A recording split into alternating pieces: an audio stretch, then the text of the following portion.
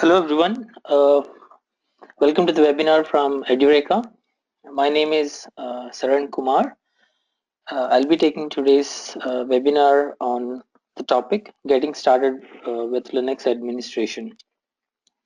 A quick introduction about myself. I have around 8 years of experience training people on Red Hat Enterprise Linux and other Linux flavors, and I also have a work experience in different areas uh, like Linux administration, development, support, architecture, etc. So it's pretty much about myself. All right.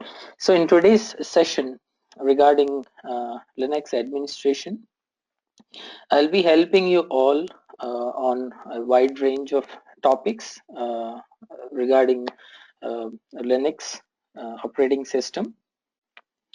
And in the meanwhile, if you have any questions, feel free to post your questions in the question box. All right. So every 15 minutes, I will quickly go through your questions and try to answer your questions. And again, at the end of the webinar, we'll also have another question answer session. Okay. So meanwhile, if you have any queries, feel free to post your queries. I will try to provide you as much information as I can. Okay. So coming to the topic, let's get started. So it's about getting started with Linux administration. So I hope, I'm assuming that you all have some experience working on Linux operating system, right? So you must have used one of the different flavors or distributions that are available, like Ubuntu, Red Hat Linux, CentOS. All right. So there are different flavors that are available. You all would have at least seen how the operating system looks like, but I'll give you. Starting from the basics, we'll quickly do a deep dive on the different topics that are associated with the Linux administration course in general, and then we will also see what a Linux administrator does as a part of his day-to-day job. All right. So and different other topics that are associated. So we will mainly focus on these two areas. All right. So our goal is to uh, try to provide you as much information as we can with respect to the course, as well as the options that we have or the jobs that are associated with the Linux administration. Okay, let's get started. So what will you learn today? So we'll quickly start with why you should learn a Linux operating system, and then we'll focus on the roles and responsibilities of a Linux administrator. So Linux admin, to say strictly, it's a broad word. So there are different types of profiles that are associated, that are named as Linux admins. All right. So maybe I can quickly talk about all the different roles. So you as a Linux administrator, you will not be given end-to-end responsibility of performing all the activities. There are a wide range of activities associated, so they are split into multiple roles. So irrespective of the profile name that will be given to you, so all these profiles come under the same umbrella. Okay, then we will also focus on the different kinds of tasks that are associated in general. If you go for a Linux administration course, so what are all the topics that are part of the course? What are you going to learn? All right, so different areas which are there. So if you are mentioned here, installation and upgradation of your operating system, and then storage migration using LVMs. All right, and the common one that you all might have heard of, which is user administration. So other than these three, there are a lot of other areas.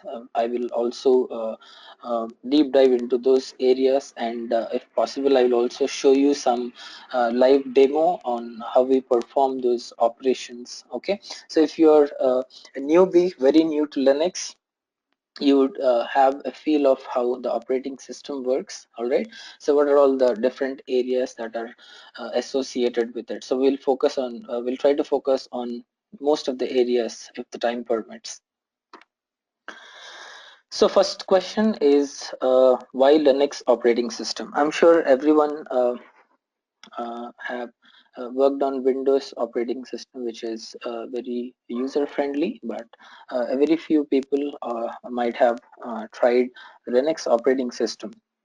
So comparatively, there have been there are if you pick one distribution or one flavor of Linux operating system, for example Ubuntu operating system or CentOS, and if you have tried installing the operating system, you would find a similar user interface, a user-friendly graphical interface that is also available with Linux operating system. All right, but the focus more or less lies in the non-graphical mode. First of all, when you take the comparison between, I'm using the word Windows more just because most of the audience might have tried on Windows, but I'm not against the Windows operating system. All right. So if you compare these two, so you won't get a Windows operating system for free. All right, it's a licensed version, it's proprietary, it's a commercial operating system. You need to pay for it. But when you take a Linux operating system, it is freely available. Okay, so you can install the operating system. You can try all kinds of tasks that are related to Linux administration. You can set up your own network. You can have a cluster, perform multiple operations on the cluster. You need not have to pay a single pipe for that. Not only this, but there is a huge community of developers who are freely uh, working in developing different kinds of tools. It's not just about the tools, but also they're contributing to all the parts of the Linux operating system. All right, if you have heard about a Linux operating system, the kernel is the central core of the operating system. So there is a website called kernel.org. They they maintain this kernel. You would find different versions, the latest version and upgradations that you can make using the kernel that is available. All right, so that is the central part. Other than the kernel, there are a lot of utilities, a lot of libraries. All right, so imagine similar to a Windows operating system, you have another operating system which is available for free, and thousands of developers are contributing in order to upgrade it day by day. So there are a lot of patches that would be available not just at a kernel level, but with respect to all the features. All right, so it could be related to your servers. All right, some other graphical tools or related to some other libraries. They keep developing all these kinds of softwares that are associated with Linux operating system. Okay, so that is the first main thing. So imagine how much of how strong the operating system would be with the help of this many developers. So next comes virus free. So I won't say that Linux operating system is completely virus free, but if you compare it with the other operating systems like Windows, the amount of viruses with which it has been impacted is very less. All right, it is very less comparatively. And on top of that, so Linux has a very strong security system in place. Okay, and above the security system you can take all kinds of measures, so not just at an operating system level but at a network level. And there are also some antivirus softwares that are available. You can also make use of that softwares, and then you can make your system, you can tighten your system. All right, so that's why I would say that Linux is virus free. All right, and then as I've said, it has a very good security system. We call it as SC Linux, security enhanced Linux, the advanced level of security, which is also part of your Linux administration course. Okay, and next comes multiple distributions. So Linux is a generic word, I would say. Linux operating system means which flavor. So that's the question that comes. So you would have used Ubuntu. You would have heard about Red Hat Linux, which is again commercial. So when I say commercial, it means they only charge for the support. So if you take any enterprise, so you may find Red Hat Enterprise Linux being used over there. Any corporate, mostly.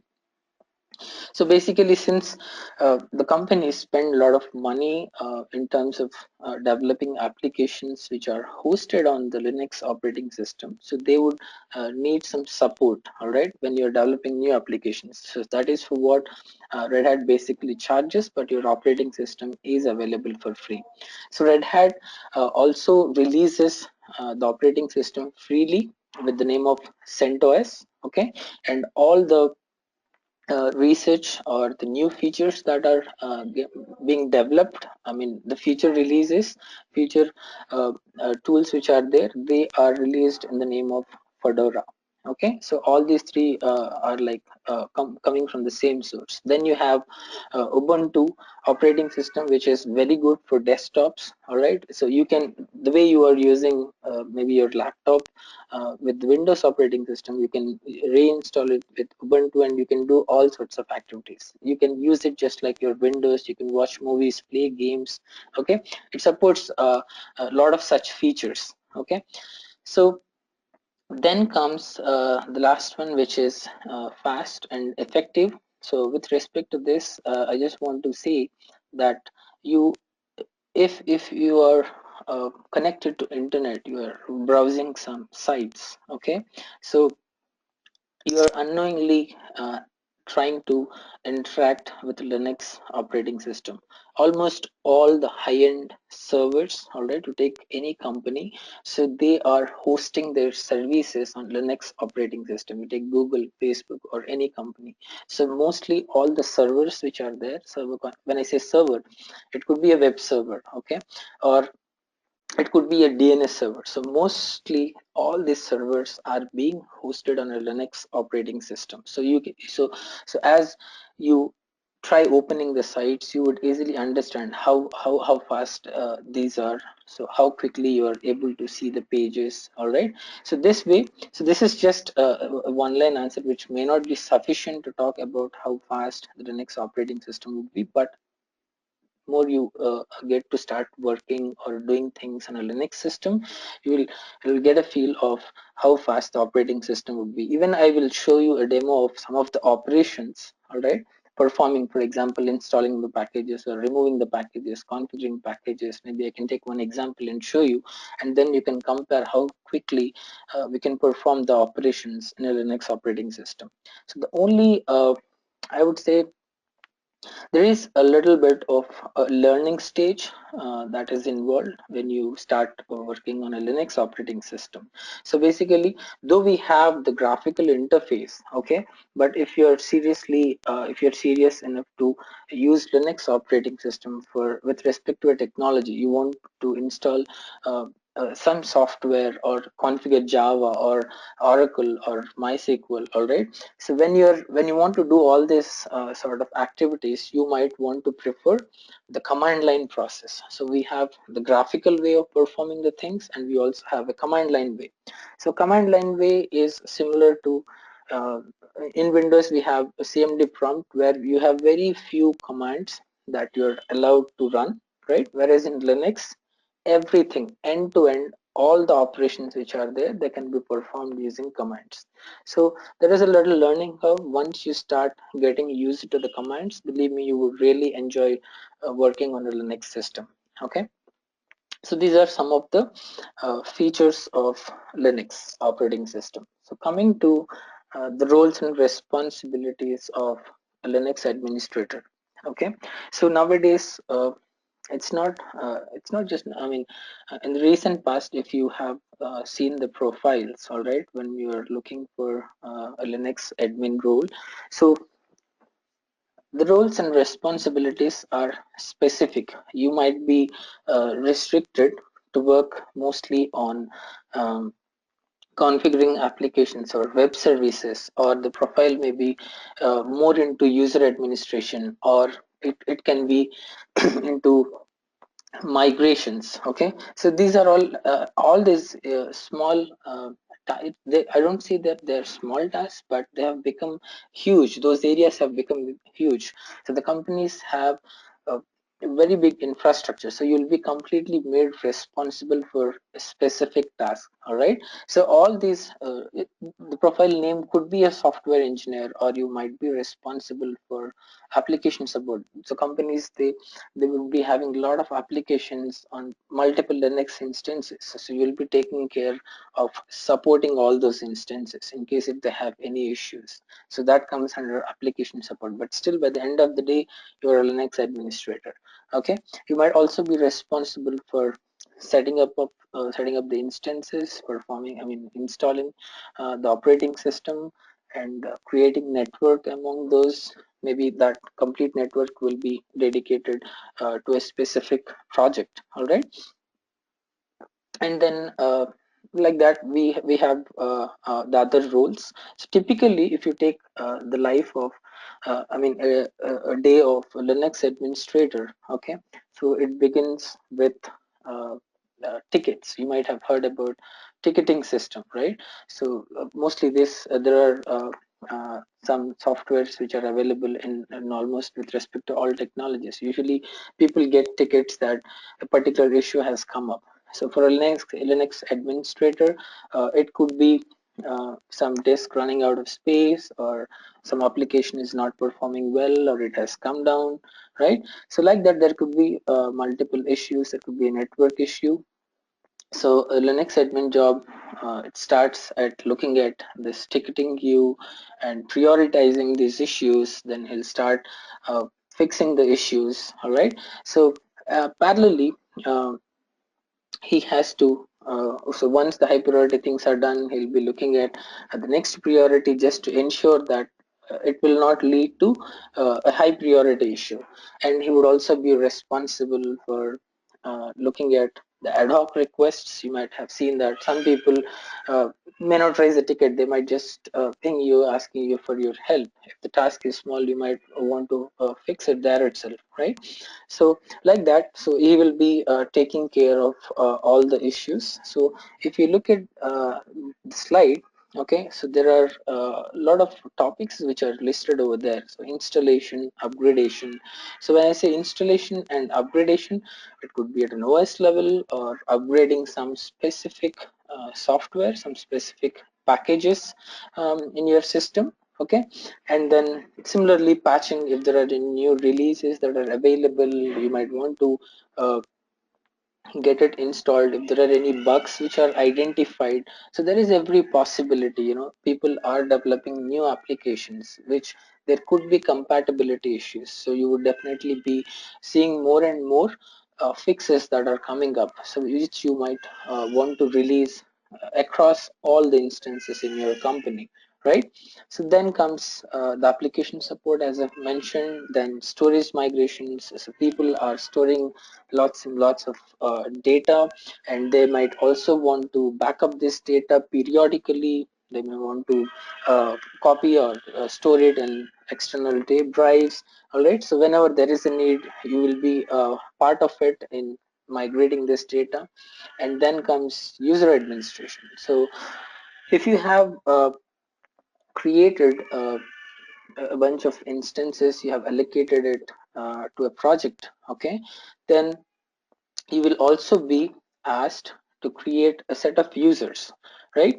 So some people, as a part of the project, they might want to have uh, some administrative privileges. Some people might only be providing support. They might only want read-only access. Okay, so you will be involved in creating all those users that are necessary for that particular project. Okay, similarly, we have backup restore, and the last one is troubleshooting. So troubleshooting, I should say, it's the most important among all. So you will be looking into the issues, try to do a root cause analysis, figure out what the problem is, okay, and then we try to fix it. And in all this set of activities uh, which you can see on my screen, in every stage, a Linux admin is also responsible for doing two more important things. So one is automation. Identify areas of automation. See if you can come up with a script using which you can try to automate that job. All right, so make sure that the problem doesn't come up again, or if at all it comes up, try to automate and identify some easy way to make the job easier. Okay, and the second thing is try to document the things so that another person, if he comes, it will be easy for him, or it will be easy for you in reference to refer it in the future. Okay, so these two things which are there, it could be any job in fact. Even if you are working on a Linux system, it's a good thing to document it. Whenever you're doing it for the first time, you may not know, you might install something, you might remove something, you might tweak the config files, right? So all these things, if you document it when you're working on some complex configurations, it would be very useful for you. So that also comes under the job of a Linux administrator. Okay, so now we will uh, focus on each of these areas. So when I say each of these topics, remember that all these topics will be covered as a part of your Linux administration course. When you're going for uh, when you're going for learning the Linux administration, all these topics must be covered. Okay, even if you go for certification, it is very important that you have a good command over all these topics. Okay, fine. Now the first thing is, when I started talking about Linux operating system, I have mentioned that there is a graphical tool, or you'll be starting your Linux system in a graphical mode.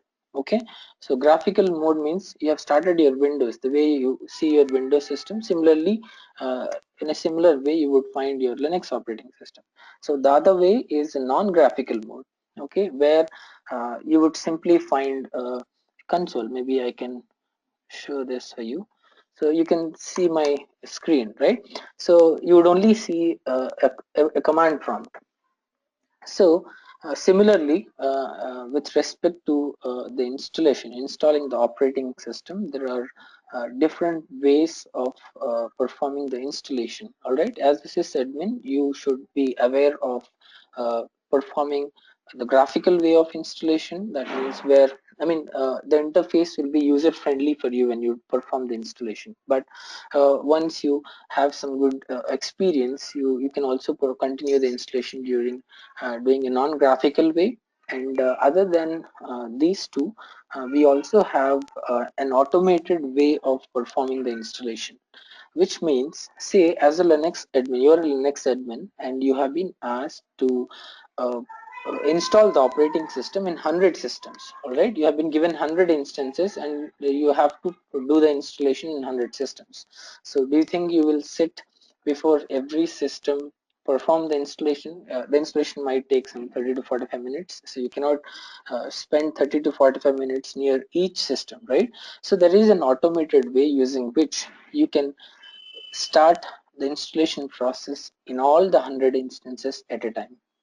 So we call it as a kickstart installation. Okay, so the first time you do an installation, take one single instance, you have done the installation. Okay, so there inside, uh, once you log in after the installation, so there is a file called um, anaconda-ks.cfg. Okay, let me quickly show the contents. So this file basically, what it does is, it tracks and creates entries of the installation process that you have done. So here you can see these are all the arguments, all right, or I would say options I have chosen during the installation.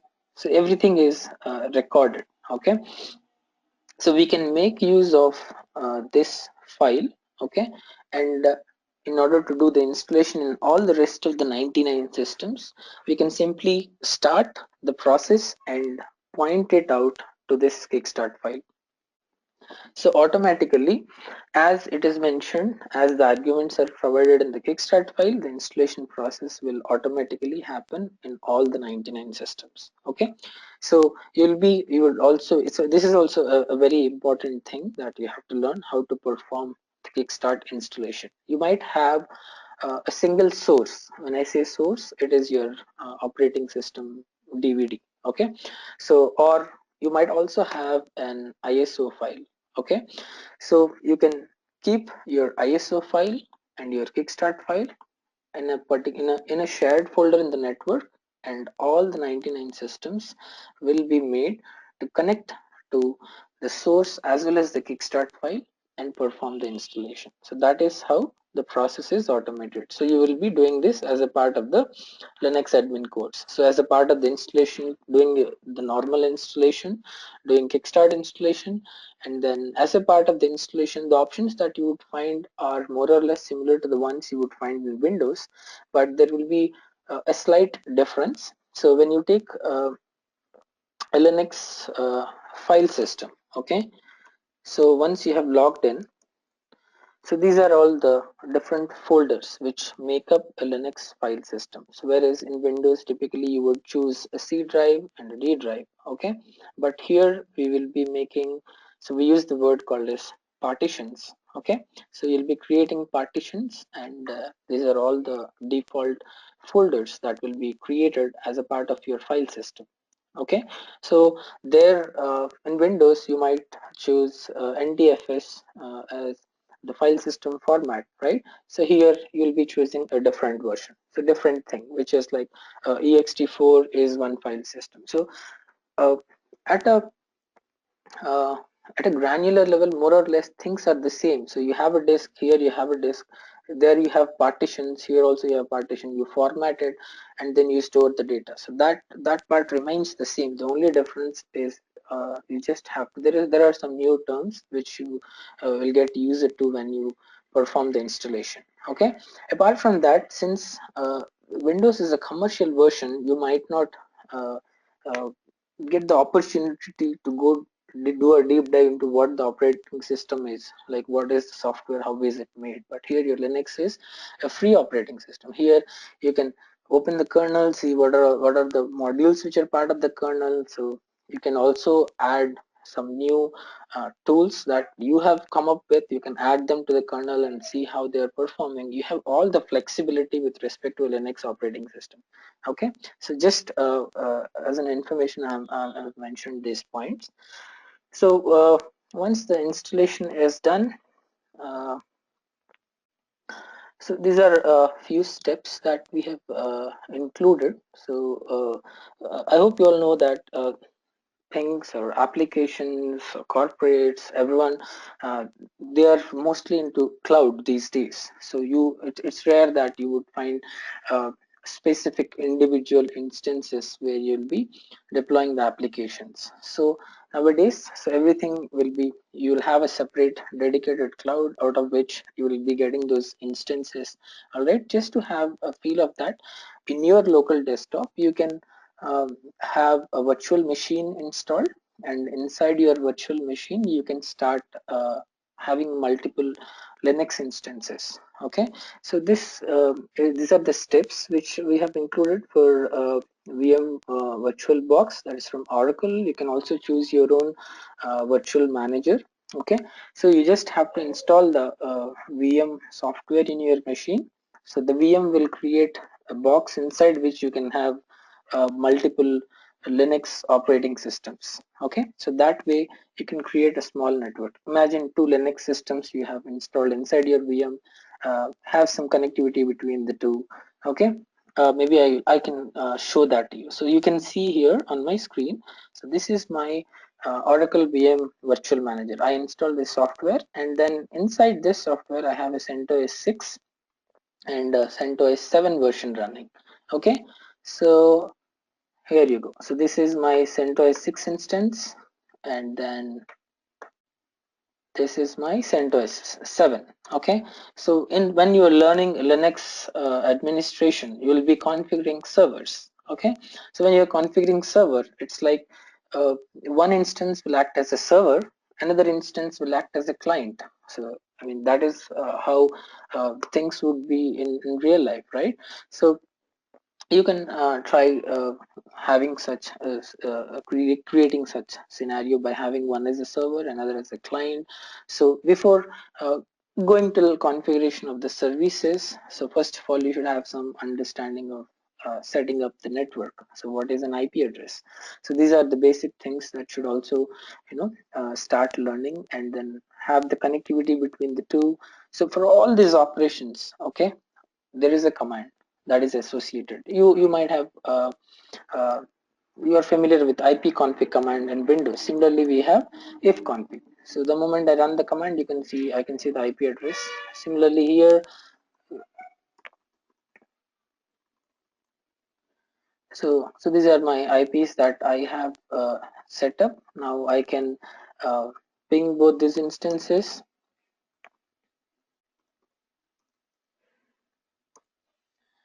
Okay, and in case if I want to install packages in my system, okay, so in Windows you download something, you try to install it. So here what we can do is, there are some tools which I'll show you.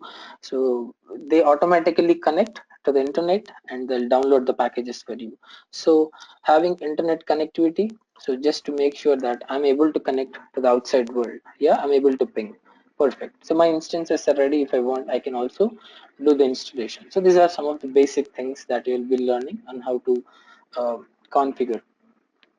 So once you're done with your installation, your instances are ready. So then uh, the next thing is installing packages. So I have mentioned that there are different distributions available, okay, different flavors available. So it is like the Linux operating system, or the core kernel which is there. I have, yeah, here you can see, right, kernel.org. So this these people, they provide the kernel, so it is free under GPL license. So around the kernel you have all the utilities, libraries, graphical packages, your shell, all the applications, they are present outside. Okay, so you can also get a copy of the kernel, come up with your own utilities and packages, and you name it as your own operating system. So that is the flexibility we have. That's why we have hundreds of Linux operating systems available. We have Fedora, we have Red Hat, CentOS, SUSE, Kubuntu, all right. So that is how they are. So, and all this so some of if you take Red Hat Linux, okay, so Red Hat Linux has its own package manager. That means the software will have a specific extension. So that is how we identify that the package belongs to Red Hat. So you can only install a Red Hat package in a Red Hat operating system, or in CentOS, or in Fedora. Okay, similarly Ubuntu has a different extension, Debian has a different extension. Okay, so everyone has come up with their own packages and extensions, but no worries. So uh, let me also show this to you, just to uh, have a feel. So this is called as mirror.centos.org. It is freely available site. So you can see I have mentioned one path which says mirror.centos.org. CentOS, the version is 6, and this is the architecture x86 underscore 64, which is the 64-bit architecture. Okay, so here if I click on the packages, you would see all the packages available. Okay, so like that, for CentOS 6, CentOS 7, you have all the packages freely available, and this is one of the mirror. So irrespective of where you are located, there will be a mirror closer to your location. Okay, the moment you perform the installation, see, I have performed an installation. This is my CentOS. Okay, so if inside your Linux system, uh, so all these mirrors which are there, they are automatically be created here. There are some files which are automatically be made available, and you can see here, right, the path, the URL path. So once you're connected to internet, if you want to install something, you just tell the Linux machine that I want to install this, and automatically it will get installed. So for example, let me install yum install. So this is the tool. So yum is called as a tool. Okay, tool using which I'm just telling the tool to install a package for me. So what it does is it will check your repository. It has identified the package, and it has verified some dependencies, and it is asking me a confirmation whether I should install. Yes, enter. So what it does, it will check the latest version of the package, and it will download it, and it will install it for you.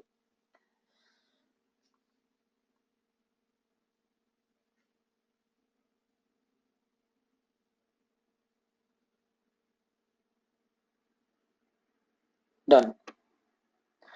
Okay, so you might have a confusion. First I talked about RPM and then yum. So there is a difference. Okay, so if you have downloaded an RPM package, for example, okay, let me,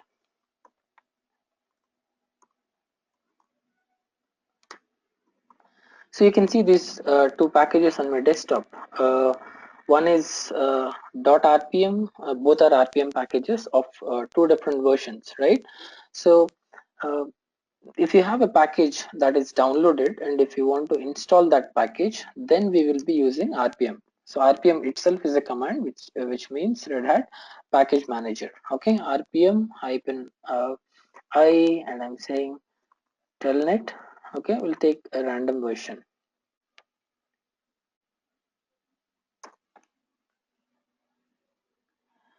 So see, I hope you have observed the installation is so simple. Just command hyphen I is for installing. It has completed the installation. Okay, so if you have the packages readily available, or if you have the source or the DVD available with you, then you can install the packages like this. Or if it is not available, you can use another tool called as yum.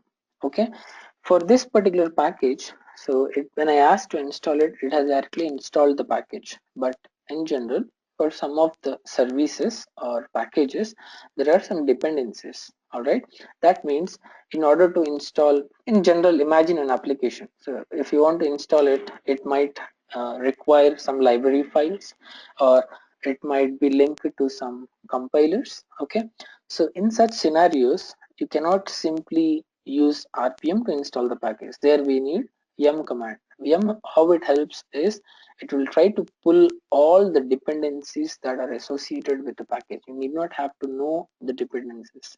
Just tell yum to install a package. It will pull the dependencies and install everything for you. So that's the best thing about the yum command. So you'll be learning the installation, upgradation, removal. Okay, and there are a lot of such options that are available with respect to these commands. Okay, so you need not have to worry about learning all these commands. It comes step by step, stage by stage. With respect to each section, you will initially start with a few commands. All right, once you get used to it, you would automatically explore all the options that are available. So in a Linux system, if you are stuck somewhere, you have man pages that are available. So let me show. So here man RPM. Okay, it shows the RPM package manager and all the options which are available. Okay, you need not have to worry about these options unless you are a senior admin. Okay, so you can go through these options and you can get the things done, right? So like that. So this is RPM, and some of the options that we have, like install, remove or uninstall, query, upgrade, verify, etc. Okay, so I'll take a quick break to see some of the questions. It has been quite some time. Let me quickly answer some of the questions.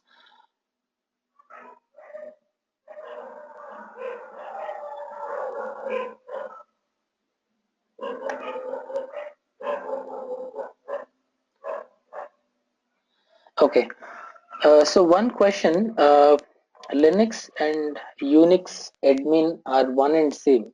Uh, See, let's not go to the admin part.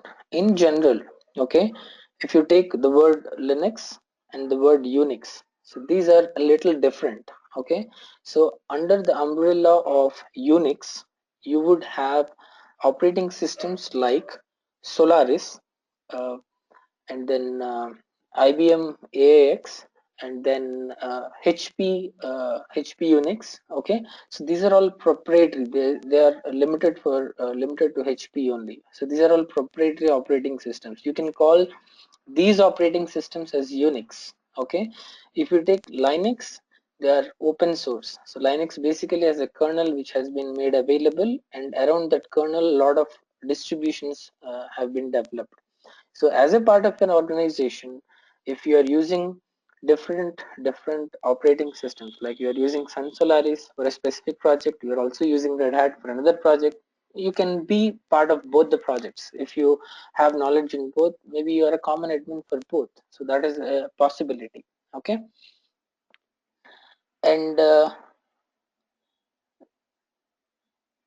well, I could still see some people have complained about uh, some issues with the audio, but only two people have uh, mentioned that. I am hoping that rest of the participants can hear me well, so it should be a issue from their end. Maybe you would have restarted, and I hope that things have got fixed. Okay, so there is a question regarding patching. So I have a slide for that. I will show you a very simple example on how to do the patching part. Okay, and another question: will you be explaining Yum repository installation in this webinar? Yeah, I have just explained how to do Yum installation. The repository files which I showed you, they are available by default. Okay, so automatically Yum will try to identify the location and start installing. Okay, uh, and another option is, if you want, you can also create your own local repository. Maybe if you are learning the course, you would definitely get to do that part. So creating a local repository and perform the installation. Okay, all right, let's go to the next topic, which is about patching. Okay, so when it comes to patching, say for example you have two different source files that are available, so there is a command called patch. Okay, patch basically what it does is it will try to get the difference between the two changes. Okay, here you can see here, so there is a Linux command called as diff. Okay, so this example is about two programs. One is hello.c and the one is hello underscore new.c. So these are two different versions. Okay, and basically what you can do is you can generate a difference of these two programs. Okay, which you are saving inside hello.patch. So diff command will generate a difference between the file hello.c and hello underscore new.c, and whatever difference which is there, it is storing inside a file called hello.patch. Okay, so this difference file which is there will be made use of in order to apply the patch. So in order to apply patch itself is a command, and you are giving hello.patch as an input to this command. So you can see it says patching file, and once you get the prompt back, you're done. You have successfully completed the patching. So this is a very basic example I can understand, but we cannot cover more options since we have very limited time. All right. So the next one is about the application support. Okay. So here maybe with respect to the application support part, let me show this to you.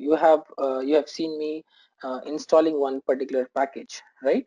So I did yum install. I did this yum install httpd. In fact, httpd is a web service related package that I have installed in the system. So once I have installed, I can quickly do yum service start httpd to start the service.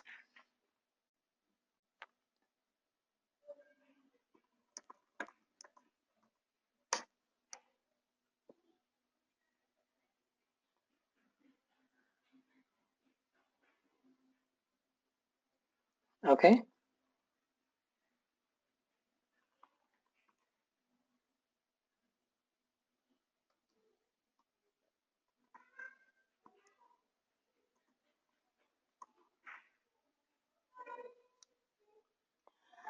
So you might have observed that installing a package, it just happened in a few seconds. Now I'm starting the service. Okay, so once you start, so it has successfully started. So let us install in the, since I'm running in the console mode. Okay, so there is another package called as elinks. Okay, so elinks is called as the command line browser. Okay, in order to test your HTTP service, you can use elinks. So we'll quickly check. So every package will have a few commands, a few library files, all right, and some man pages which we are seeing for the commands. All these things are available as a part of package. When you install a package, all these things will be made available in your system. Okay, so elinks is a command. So it's a text-based browser using which we can. So now I've installed HTTP service. So you can see the installation process is successful. So though I'm not going much into the additional config options, so you can see that it says this page is used to test the proper operation of HTTP server. So successfully we have installed the HTTP service in a few seconds. And then once you start learning more about the other configuration options, you can get into the config files, make the changes and perform the things. So once you get used to the commands and all, the system will be very fast. You'll be doing a lot of things in a few minutes. Okay, so like that. So with respect to application support, so I would want to show you another location called as where log messages. Okay, so this is a folder in your system. Okay, var log. Okay, so in this folder, all the log files that are associated with your system, associated with different applications, the log files that are generated by the system, or the log files which are generated by the application owners, everything will be present inside var log folder. Okay, the only thing that you have to do is whenever you're troubleshooting something, you need to go to the folder and check for the log messages. So here you can see it says that two packages are installed, so these are logged here. Or there is another thing called cron. So you can, so cron is the service. Okay, all the service related logs are generated inside the cron. So some services will have specific dedicated log files. So mail service, then anaconda related, boot related, so those are present in their dedicated logs as a part of troubleshooting or while working on Linux system during the course. So you will be accessing these logs in order to troubleshoot the problems. Okay, and as I have mentioned, you'll be tracking all the issues that you face, how to fix it, what are the steps that you have followed. Okay, so then comes uh, other duties or other topics that you'll be learning, which is about migrating LVM partitions. So as a part of the course, you will focus mostly on creating LVM partitions. So partitions is like similar to the drives in Windows. Okay, so we create partitions in a Linux system. Okay, and so partition basically, it could be a raw partition. You will be formatting the partition and you store the data. Okay, so LVMs is a different category in fact. So it is called as logical volume manager, LVMs. Okay, so if you have multiple partitions, or take, you have multiple disks, multiple drives. Okay, you combine these drives. Okay, and then create uh, logical partitions out of it. So basically when I use the word logical, which means it is flexible. Take two logical volumes present. Okay, so one is running out of space. What you can do is you can borrow the space from another LVM. Okay, or one is having free space, you can pull out some free space and pass it to another LVM. Okay, so these are like some of the additional topics that we have as a part of the course. And then once you store the data in LVMs, it is also possible to migrate the data, migrate the partitions, so from one instance to another instance. So these are some of the operations or tasks that are associated with the LVMs, which the Linux admin is responsible for. Okay, and then we have another topic related to mapping the networks or scanning the networks just to check uh, the connectivity or the available ports, sometimes as a part of increasing the security. So one of the most recommended thing is never ever uh, allow the ports, keep the ports open. Okay, so in a Linux system, I mean, you take a Linux or Windows, so every service runs on a dedicated port.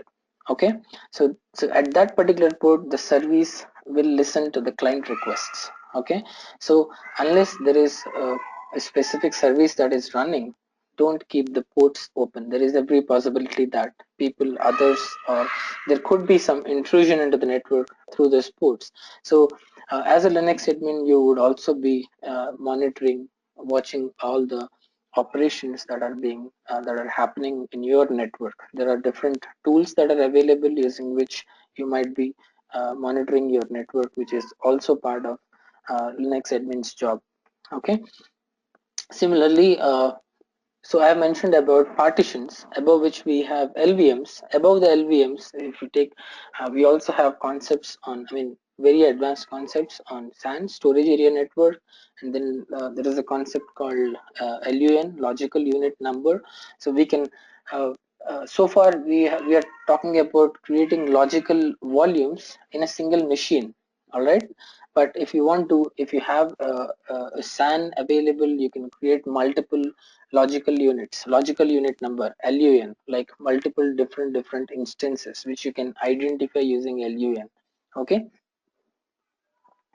that is for high storage requirements. Okay, so having an understanding of LUN is also very important because everyone started making use of the SANs and LUN concepts these days.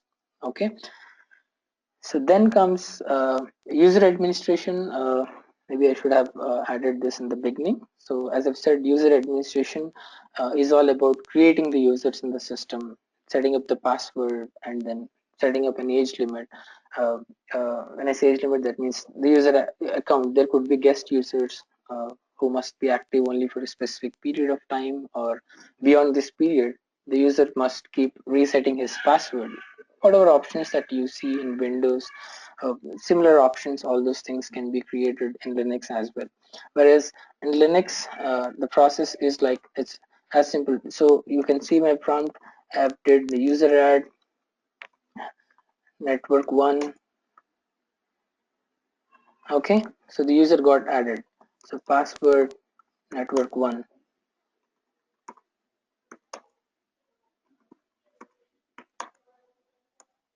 That's it. User has been created, and you can see the password is also created. Now I can switch to user called network one.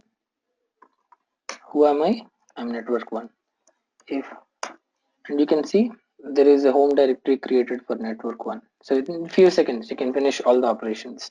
You can see, so whenever you're creating the user, all the options that are associated with this user will get created. So you can see I'm just pulling some information for this user called as network one. Okay, so you can see here there is a dedicated shell available. So there is a group that has been created. Okay, and under home is a common home directory for all the users. You can see there are a lot of users available. So everything is done in a few seconds. Okay, so you will be learning all this. So now I've created. Okay,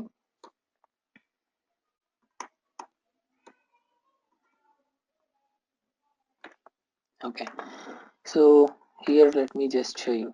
So user add, so one command that I've used now. So if you want, you can also change the different what I say associated features related to the user using user mod command. So there is a concept of groups in Linux. So just like different teams will have different grouping convention, so those users will be part of the group.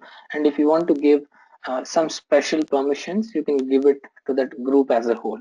All right, so like that. So user mod is the command that will be used. So we have used password. Similarly, user del is the command using which we can delete the users from the system. Okay, so you'll be learning about this configuration files as well. You have seen me um, using these files, so you will have an understanding of what exactly happens when you create a user. All right, you may not have the feasibility to do a deep dive in Windows, but Linux. So as a part of the course, we cover all the topics, like, so what are all the files that get updated when I create a user, what operations get happen. All right, so all these things you will learn as a part of the user administration course. So similar example has been given here. So how to create the users. So if you have some idea about the utilities that are being used, so you might have heard about the grep command. So these are some of the utils which would help in order to um, filter your data, or uh, manipulate your data, generate some meaningful numbers out of your data, or when you are troubleshooting, these are the tools that would be pretty much helpful for you. um, okay. So there is another important topics in Linux called as sudo. So there is only one administrator available in Linux, and he is called as a root user, similar to the administrator in Windows.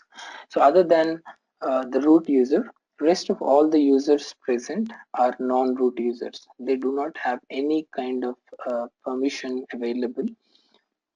They cannot touch the configuration files, they cannot install packages. Okay, but if you want to give such kind of access to those non-root users, so there is this feature called as sudo. So you have to grant sudo access for non-root users, then they'll be able to act as a root user.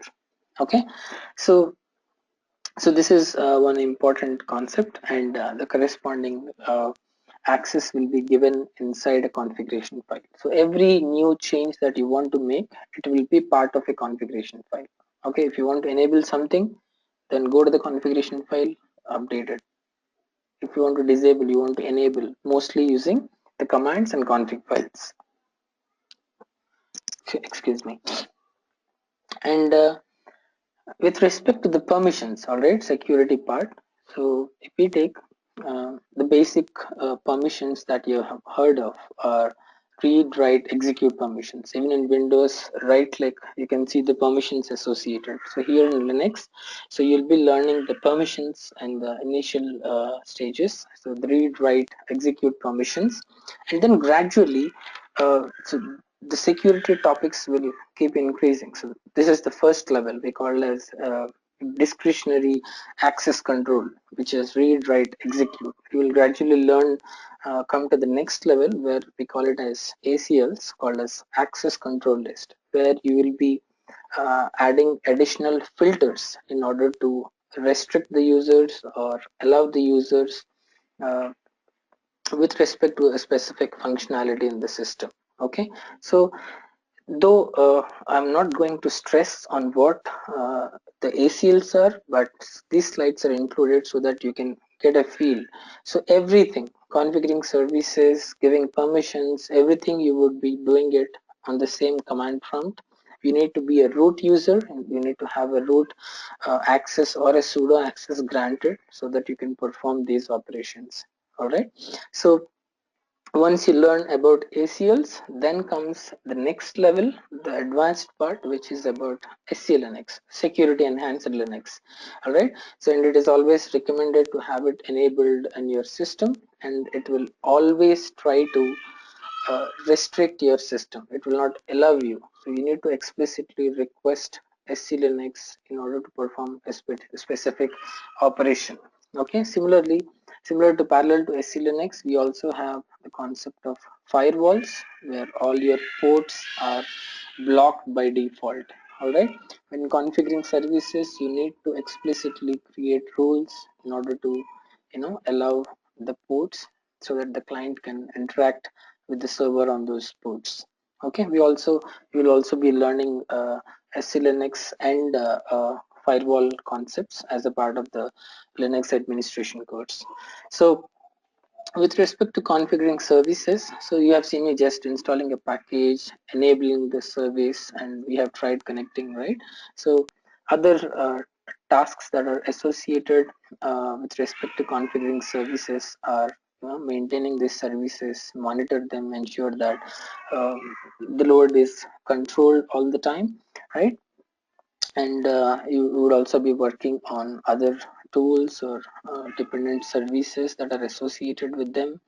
And I have talked about automation, right? So so we have this topic called as shell scripting or bash scripting, which is part of the Linux admin course, using which you will be writing small scripts. Okay, script is basically a few commands using which you will automate an operation. For example, you're going to a specific folder every day, see some files, check the size of the file. If it is beyond a certain limit, you delete the file. Okay, take a simple task. So you can do this using a shell script.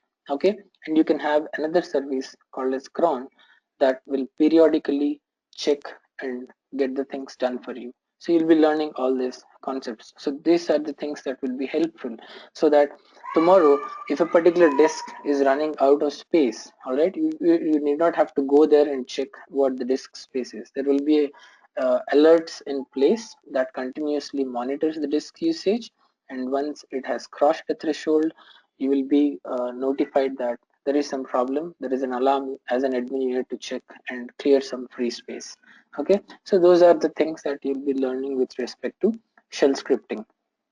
So like that, so we have a range of topics as a part of the course, starting from user administration, performing different types of installations, and then creating partitions in your system, creating LVMs, and then permissions. Related to the permissions, as I've said, DAC, SC Linux, firewall, and then comes different types of servers that you'll be learning. So I've just showed you an example about HTTP. Like that, you'll learn about SSH service and FTP service, NTP service. Like that, we have a bunch of services that you should know as a part of the syllabus. Okay, so that's pretty much we have, and we are running out of time now. I'll quickly see and try to answer some of the other questions. Okay.